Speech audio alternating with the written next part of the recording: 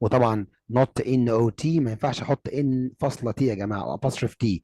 not مع I am لا تختصر no I am not، لا مش مستمتع. فادم سأله سؤال فقال له because، طول ما في because يبقى السؤال بواي. احنا الاول نبدأ صح يا جماعه، يعني نقول واي، لماذا.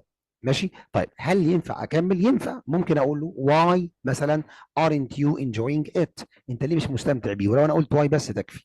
why ولماذا. تمام، قال له because it is not my favorite kind، ده مش نوعي المفضل. طيب فادم بيرجع يساله سؤال تاني، اخر جمله في عم فاهمها ايه. فعمر قال له I like adventure stories، احب قصص المغامرات. did you read it، هل قرأتها.